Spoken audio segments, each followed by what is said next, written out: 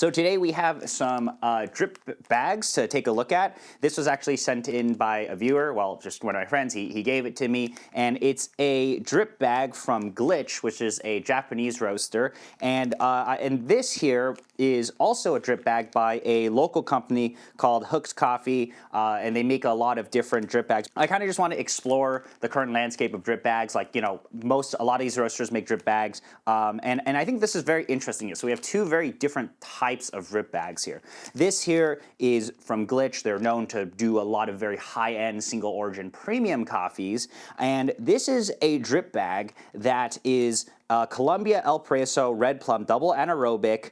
This is Castilla, right? This is a Bermudez coffee. This is extremely, extremely processed, and I am very curious about the quality that we can get out of this, because if we're able to achieve any sort of processing or any sort of flavors that come through in something like this, that's pretty cool, because that means that you can kind of effectively hand somebody a drip bag and they don't need to faff around with a grinder and all of that. So I'm very curious about the quality that's retained in here.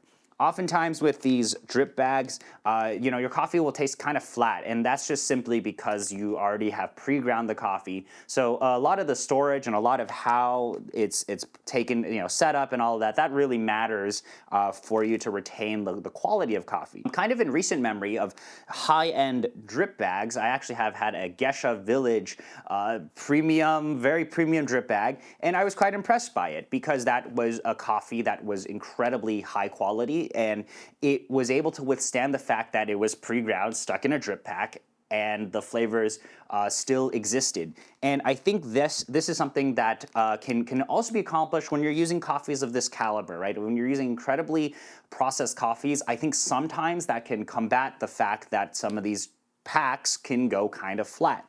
So that's one very interesting presentation of a drip bag. And the next one here is this one, local company partnering with a variety of roasters. We have drip packs from Hooked here, and this is Onyx's Geometry blend. And you know, a lot of these roasters, they don't just partner with anybody. They go and actually test the coffees in the various formats, especially in something like this, and they want to see, hey, does our coffee, our vision of a coffee, is that still honored when put in a different brewing format, right? And that's why we see a lot of different roasters, you know, work with certain platforms, certain brewing methods, certain companies. This is a company trying to showcase another roaster's vision, whereas this here is showcasing, I guess, you know, quality of coffee or single origin, right? The terroir or the processing of a coffee. So we're gonna go and try and brew both of these. This is not as attainable. It's hard to buy from Glitch if you're in the United States. This is a Bay Area company, pretty easy to buy, but we're gonna go and look at them and see kind of, you know, what's different about it. So let's start off with the Glitch one. It says Cafe Drip. There is 12 grams of coffee in here, and the instructions are, you know, all in Japanese, but it is very, very simple. You basically just open these and you pour water over them. So we're gonna go and see if what happens here. Wow. So this is quite interesting. Is they must be sealing it pretty fast, because you actually are able to smell the coffee. This is not completely flat. There actually are you know, quite interesting aromatics, and maybe some still retained in this bag here. Yeah, wow. You definitely can smell that this is an anaerobic processed coffee, which is pretty amazing. And I like that they also put the instructions on the pack here as well. You should smell this. Let the cameraman smell. I definitely think they're sealing it pretty early in the process, but also this is something where this is such a punchy coffee, such a process, such a crazy coffee, that it's still here, that even if you grind it, you're still getting those aromatics. So they say it tastes like apricot, mango, orange, pink grapefruit, stone fruit, ginger, macadamia, round, you know, all of these crazy flavor notes, and I'm curious if we get any of them. So we're gonna follow the directions, 1, 2, and 3.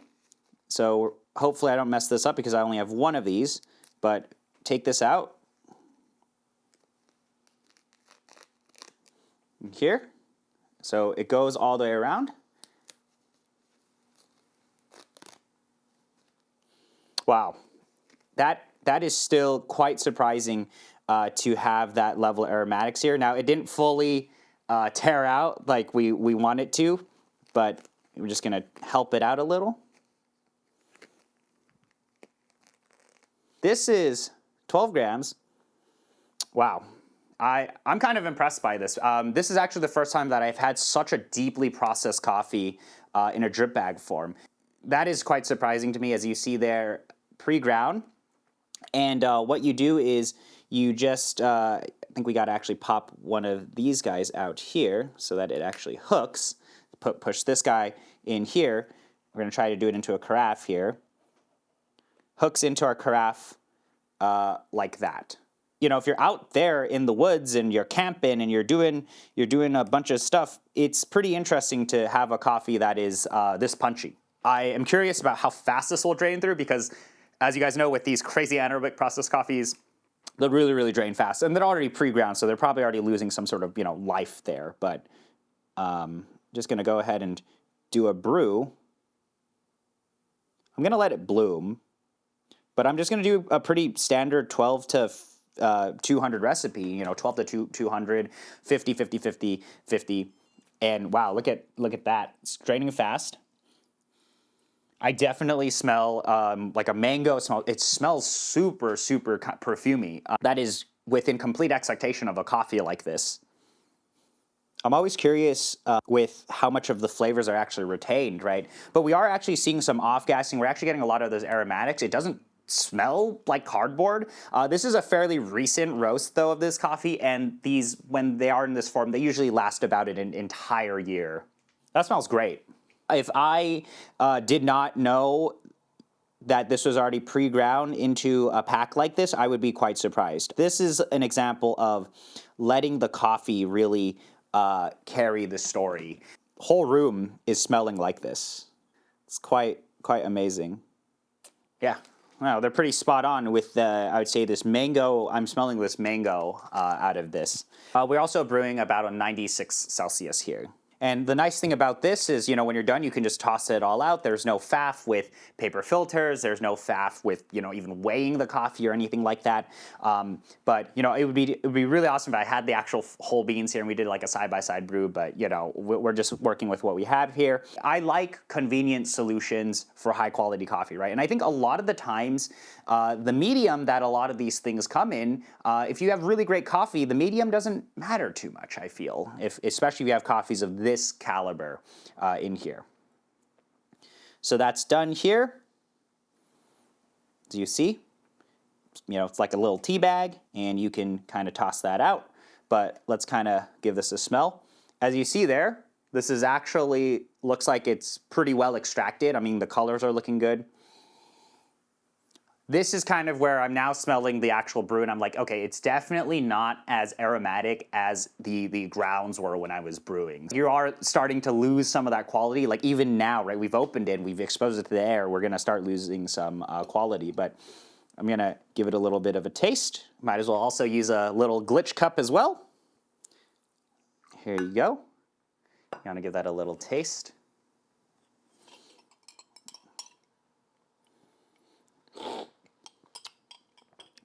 Oh, not bad. Mango, this is incredibly sweet. I do see where they're getting macadamia nut, but I would say that the definition of flavor notes here is not as stark, like they're not as defined, not as loud as you would get out of a hand brew. Like simply put, I think it's because it's pre-ground, we're already losing some of, I guess, the definition of flavor notes here. But if you handed me this, and I didn't know this was from a drip bag, I would be quite surprised. Because what I really am tasting here is the process of the coffee. Like, this is incredibly processed. A lot of these flavor notes are coming out, but they're not very, very defined. So it's just like, it's, I don't want to say one trick or not complex. It kind of feels like it would be more complex, more interesting if it was ground from whole beans. But considering that this was already pre-ground, a lot of that, interestingness of the coffee is just there because the coffee is deeply processed. It's a high-quality coffee. And I would say, this is probably tasting around like 80% as good as an actual hand brew. Of course, depending on what grinder you're using. I bet you they're using some nice commercial grinders when they grind this coffee up. As this cools down, not getting as much acidity as I would like out of a coffee like this, but overall, it's tasting fine. The coffee here is so high quality, it's carrying the rest of the story. It's kind of, you know, beating the fact that it is in this medium of this drip bag, which really, really, you know, nerfs the quality of the coffee. But honestly, not pretty impressed by this. And, you know, that was incredibly easy to do. So now I'm really curious about, you know, what a lot of the people in the US are doing, right? Like this, I would say, is the more like everyman style of drip bag, but with a specialty coffee focus and trying to really showcase what roasters are looking for here. So this is our local friends at Hook's Coffee. But let's give it a little sniff. The actual bag feels a little higher quality than this one. Okay, we definitely are smelling. I smell what geometry smells like, right? Geometry, berries, stone fruit, Earl Grey, honeysuckle. This is one of Onyx's nice blends. I personally like tropical weather the most, but geometry is good as well. We're getting those aromatics, but the coffee here is definitely not as punchy, not as aromatic as you know, a Bermudez coffee, which is what this was. And instead of it doing the triple way here, it's just like this. So this solution is significantly easier than the Glitch one, where we got to do like a triangle shaped 3-hook thing. We have 2 hooks here.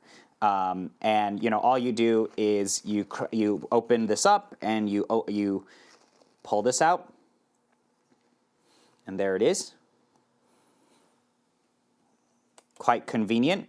This is overall 14.7 grams. So actually this is probably around 12, 13-ish grams. So we probably can brew the exact same recipe and it's probably gonna be completely fine, right? These are like single cup solutions here. I'm brewing at 205 like they recommend. And I'm going to put in 50 grams and I'm gonna let it bloom for 30 seconds. Aromatics are there. I mean, I definitely will say that this is smelling like maybe more of the coffee quality is retained more, just because, you know, this had to come all the way from Japan. This is, you know, probably roasted very, very recently. I will say that it is a little bit easier to pour into this. You know, if I were to nitpick about how these drip packs look, I like this style a little bit better. But yeah, it's been a while since I've had geometry, but I have a pretty good idea like how a lot of the Onyx blends taste. So I'm really curious about, you know, how much of that is honored here. I will say that the nice thing about working with a lot of these American specialty coffee roasters is that you generally can't just like work with them, and you know they have quality control checks. And you know, I've experienced this a lot in my own work where, you know, people want to make sure that the vision of their coffee is recognized. So I think like a lot of the times when people are doing these types of things, a lot of times, you know, you're picking a very safe coffee, right? Like geometry here, a lot of these blends, a lot of the coffees that I think you can find with Hooked right now, it's all easy coffee to brew. This Glitch here, I probably could have pushed it in a very different direction depending on how I poured water over it, because it is, you know, a very finicky coffee. It's you know, double anaerobic processed coffee. This here, it's a blend, it's easy to brew. You know, I don't really have to think that much when I am brewing this coffee. You know, I think a lot of the coffees they offer are much more crowd pleasers. Like I think they do have some single origins, but you know, personally speaking, I'm definitely picking coffees like this, right? This is more interesting to me. I'm gonna taste this Glitch while this finishes up.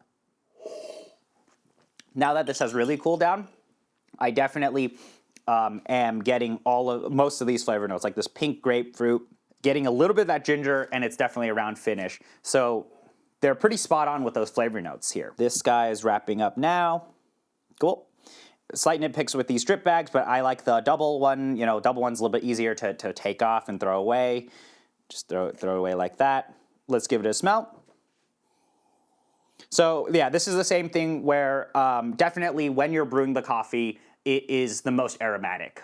When you're pouring the water over the grounds, it is the most aromatic. I think honestly, like any single second that these pre-ground coffees, when they get exposed to the air, it feels like, you know, the quality starts to exponentially drop. So a lot of the smell and all of that, we're kind of losing that already. But it's still generally retained.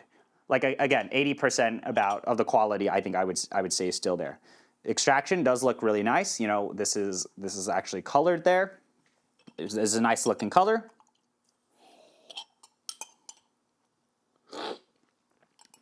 And yeah, you know, this tastes exactly like how I remember geometry tasting, but it doesn't have that, I would say, loudness or definition of flavor notes that you would get out of, you know, whole beans. You grind it, you brew it, you go through all of that. But we're getting about 85%, even with both of these coffees, right, from a drip pack. And I think that is something that's interesting. And I want to talk about this and put this out there because I'm really curious about what you guys think. My thought on all of this is that I think the coffee is still what matters the most, right? I know people hate on pre-ground coffee, people hate on convenient solutions, people hate on instant coffee, they hate on, you know, all of this stuff, right? This is like what happens when we're at this level of coffee. But it is this level of coffee with these coffees that kind of elevate the story, and they let you present what I think, you know, hit on most of the things, most of the flavors, most of the flavor notes. These taste completely fine. I think it's pretty straightforward with how you brew these, right? We're just pouring water over them, very simple. I'm not faffing with certain paper filters. I'm not faffing with specific brewers and techniques and all of that. It's very straightforward, and we're getting quality of cup 80%. Like I would say, like, yes, I would much prefer these if they were whole beans and I'm brewing them by hand, but good enough. Yeah, I mean, when I smell these, this glitch has, actually I smell the Castillo here. Now it's been about 15-20 minutes after we brewed it. It's really gotten flat here. I would actually say this one, maybe because this is slightly fresher, this hooked one, brew hooked one is definitely, the aromatics have retained itself more, but you know, this is the thing with these drip bags is after an extended period of time, when anything is exposed to the air, you really start exponentially losing the initial coffee quality. But if you're brewing them and you're enjoying them like within the first 5 minutes, this is 80%, if not 85%, depending on how much of a stickler you are, to the actual whole bean coffee. And I think that's not bad, to be honest. Of course, this is going to come in a more consistent format, right? They're already pre-ground. They're using the same grinder. It's just very straightforward. You just pour water over them. So you don't get as much control with like how you manipulate things with the dripper you use, the grinders you use, and so on and so forth. But from a perspective of presenting coffee, I think this is completely fine. These taste like what Onyx tastes like, right? This tastes like what this coffee is supposed to taste like. And the fact that we're able to get that in incredibly convenient solutions is, I think this is great. And I think this is kind of an example of using the coffee and honoring what the roaster wants and showcasing high quality greens here, that I think is beneficial to just getting the specialty coffee stuff out there, because if you are able to lower the bar, the skill level, right, make it just incredibly easy, then I think this is great, because you're letting people brew coffees of this quality that are like, if this is 80% as good as what I'm able to get at home with whole beans, that's not bad, to be honest. Yeah, I just would say if you're a complete specialty coffee nerd, maybe this won't replace your whole beans, but I think these are really, really fun to brew, like, again, consume within the first few minutes. And then second, these are great for gifting, right? You can give, the fact that I can give somebody something like this and they're drinking a cup this high quality is pretty awesome. And I think if I still handed this to people right now and I said, look, this is specialty coffee, I think most people would understand that. Kind of impressed with this. This is still an example of coffee carrying the story, coffee beating maybe even the medium that it is in. Very kind of similar but different approaches to the drip bag concept. This hooked one, definitely think they want to showcase these roasters, and if I was Onyx, I'd be pretty happy with how the coffee is tasting. And then same thing with this, which is like, this is how this coffee is supposed to taste, and it's tasting 80% like how it's supposed to taste. It was tasting maybe even more, like 85, 90% when you are initially brewing it. But the fact that we're able to get these types of coffees and at this level is pretty awesome from a simple drip bag. So yeah, quick video on drip bags showing you guys what these are. I think this is really, really fun for gifting for the crazy nerds. And then this one, everybody can pick these up. Local company, want to support them, and they work with a lot of fantastic roasters. So yeah, just quick discussion, quick look at some of the drip bags that exist out there. I know there are other drip bags. I know everybody wants me to try like every single drip bag out there, but these are the ones that I just had available. Want to know what you guys think. Thank you so much for spending the time to watch the video, and I'll see you guys around. Yeah, what does that taste like? Oh, hold on. I drink bad coffee too. No. Hey, it's Onyx. It's okay. I drink okay coffees too. There's more like apparent acidity in this. Yeah, things pop more. Yeah. It's fresher. It's just definitely like a freshness thing that we're tasting, I think. They're all still very sweet. I do kind of like this better, just because the acidity is more apparent. But it's still good. I have no complaints. Yeah.